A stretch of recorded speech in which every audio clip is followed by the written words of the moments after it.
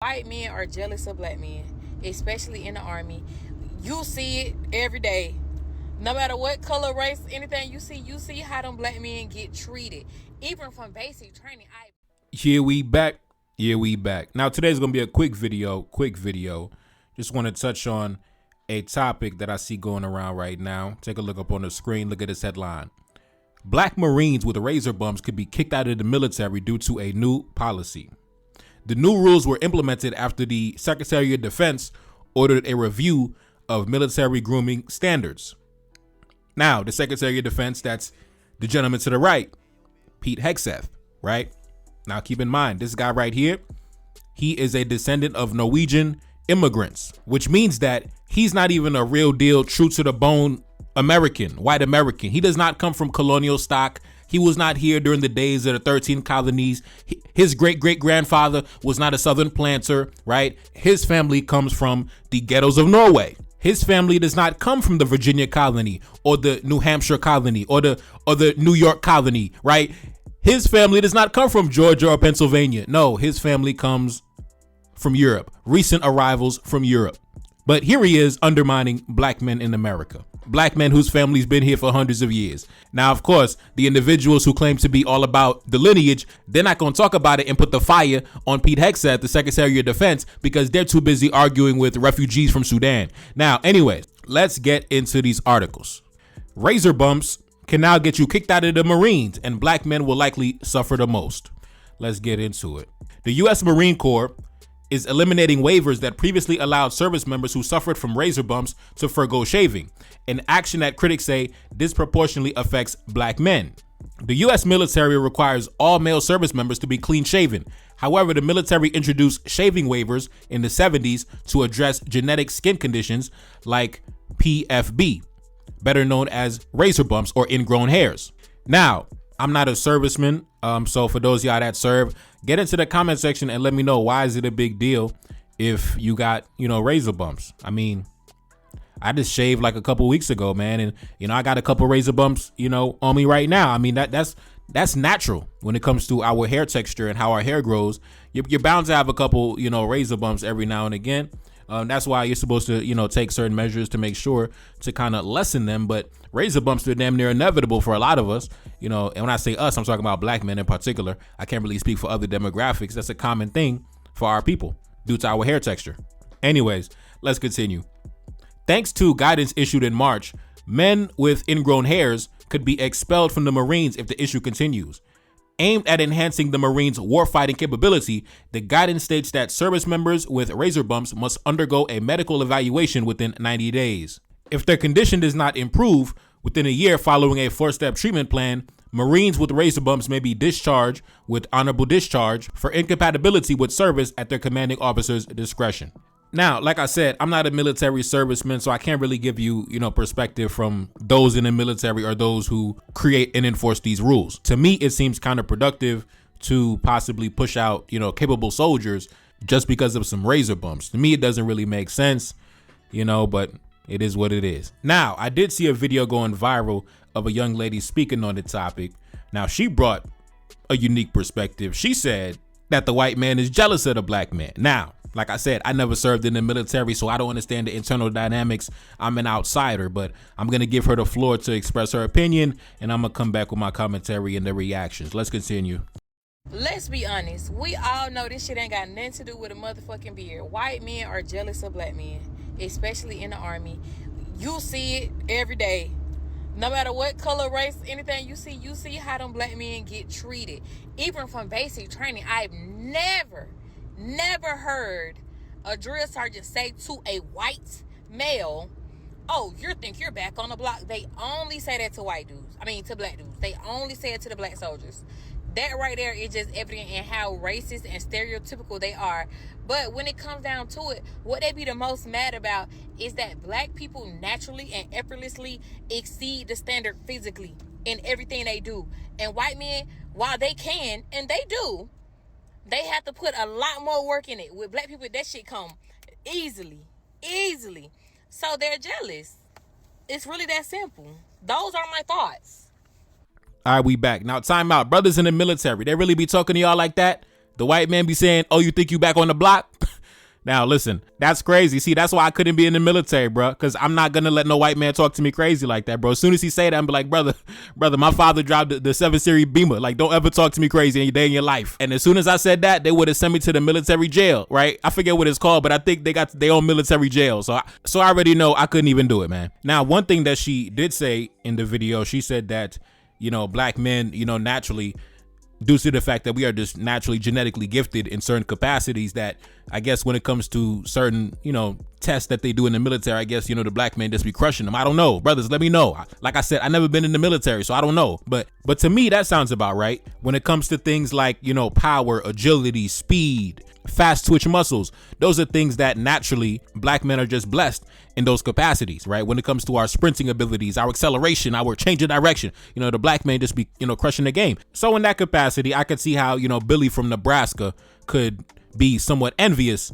of, Dante from Georgia when it comes to physical capacity. Now, of course, some of them took offense to what she said, right? Some of them are so fragile. They took offense and got triggered by what she said, and then they started bragging about colonialism, right? And massacring our forefathers, right? Take a look up on the screen. This guy said, oh, and yet Europe dog-walked Africa in wars for all of its history, right? So this guy says Europe dog-walked Africa throughout all of history. And instead of debunking the point, instead of standing on business and debunking him with knowledge and facts, she said, oh, we're not Africans. So obviously this girl, the lights are on, but nobody's home.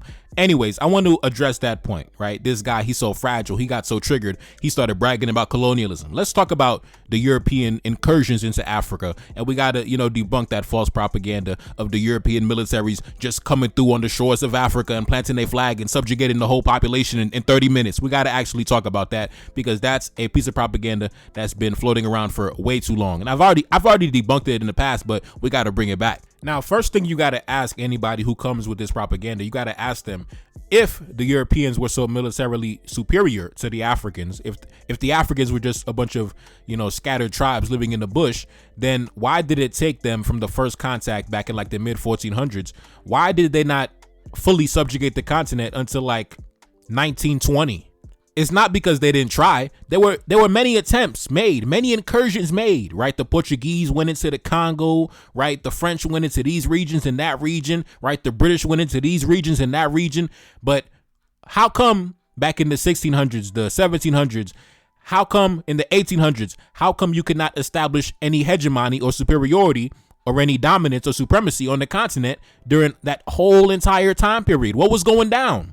I'll tell you what was going down. The European militaries were getting smashed. That's what was happening. That's why it took them over 400 years to finally establish protectorates and colonies on the continent. Because when they tried to invade in the 1500s, in the 1600s, in the 1700s, in the 1800s, they got pushed back and smashed. For example, you could take the British, for example, right? The British, who were one of the world superpowers at the time, one of the global hegemons of the time period. Why did it take the British damn near 100 years to subjugate the Ashanti region? Why? Because this guy said, oh, Europe dog walked Africa for all of history. So why, like you said, if it was just a dog walk, why did it take you damn near 100 years to subjugate the Ashanti region, right?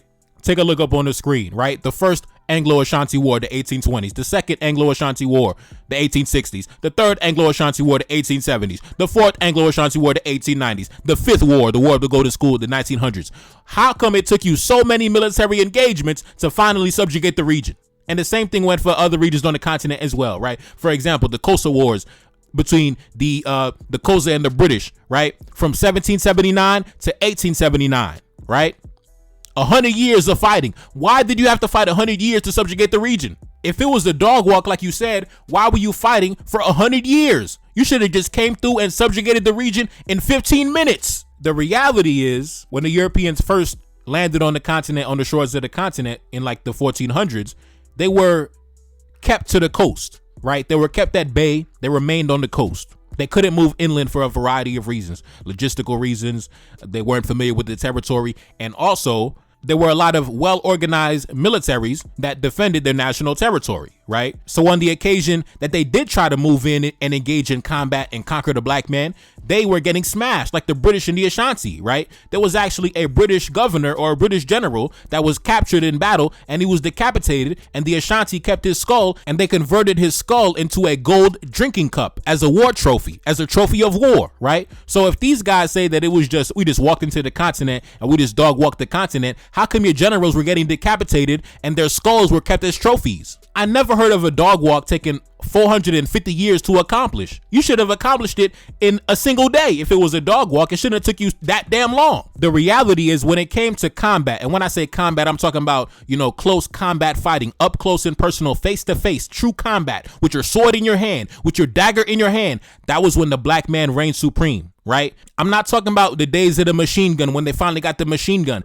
I'm talking about the first 300, 400 years when it was close combat fighting. When I had my sword in my hand and you had your musket in your hand, it was the black man that was reigning supreme. That was why you could not make any inroads into the continent for centuries and centuries. Because when it came to that close combat fighting, like I said, face to face, man to man, sword in your hand, eye to eye, that was our arena. That was the black man's domain. That was our natural way of fighting. That was how we were raised to fight. The black man was not familiar with holding a gun and shooting from a mile away. To us, to our forefathers, they said that was the combat style of the coward.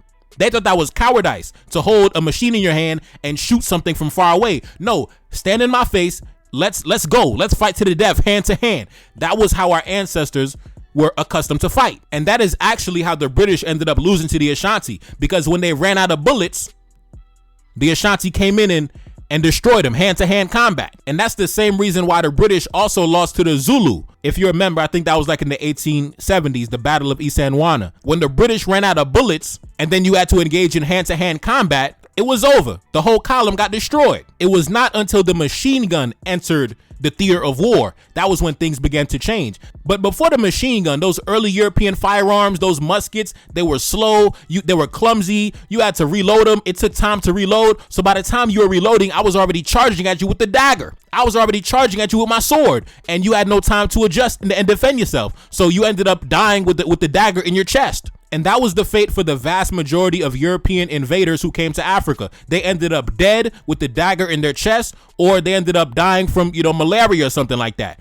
You were not coming into the continent dog walking nobody. You were coming to the continent getting humiliated. Even in the Congo, the Portuguese were forced to strip naked after they lost on the battlefield back in the 1500s. So stop this narrative, oh, we came and dog walked the continent. Your forefathers, for the vast majority of history, were getting humiliated on the continent. You were relegated to the coastline. That's what it was. Until you got the machine gun, that's when it changed. But it took you damn near 500 years before that happened. And the reason why I say everything changed with the machine gun, because now after the machine gun, it was no longer about who was the greater warrior, who was the more determined warrior, who was the more fearless warrior, who was willing to fight to the death in hand-to-hand combat, right? Take your sword, I take my sword, let's fight to the death. Let's see who wins. Now, with the machine gun, it wasn't about who was the best warrior, because now with the machine gun, you don't need to be fearless. You don't need to be physically fit. You don't need to be strong. You don't need to do anything. You could just stand from far away and just wipe out an entire battalion without any physical capabilities. You could be fat and short and wipe out a whole legion of black men with the machine gun, right? So now that's what gave you the edge. But it took you centuries and centuries of military defeats and going back to the drawing board until you finally got that edge. But don't try to rewrite the history and make it seem like you just came and dog walked the continent and you only want to focus on the time period when you finally got the machine gun, but you don't want to talk about when you only had a musket or you only had a bayonet or a sword and you got humiliated when it came to hand combat. When it was about who was the most physically fit, the most physically capable warrior, you were getting humiliated during that time. You had to get the machine gun to finally even the scales, to finally balance the scales. Think about it, brothers.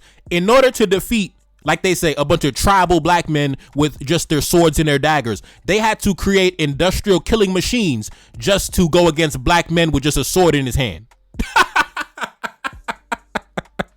Think about it, brothers, because when it was just mano a mano, they couldn't handle it. They couldn't do nothing with us. They had to create killing machines just to defeat black men with a knife in his hand. Even when they had their clunky muskets, they still could not defeat the black man with their musket in their hand. They had muskets, and we were defeating them with spears and daggers.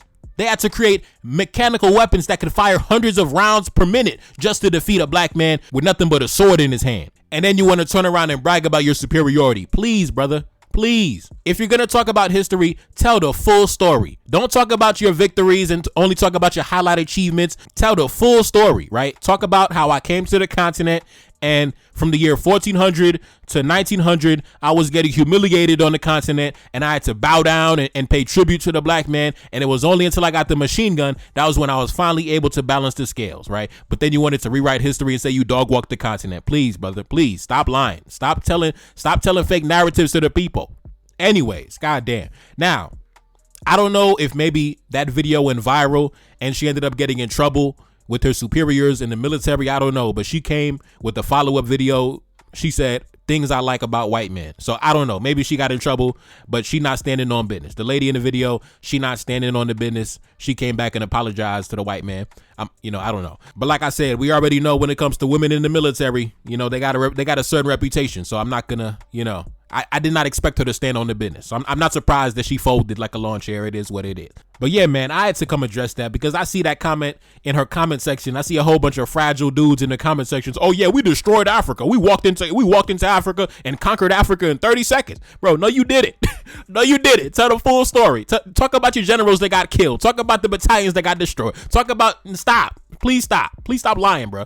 Anyways, I'm not going to be here too long, man. Not going to be here too long. It's your boy Never Card. That's Salim. Back in the building. Yes, indeed. Cash App in the description. Support the channel. Support the Patreon. NTD 1814. And I'm gone. Peace.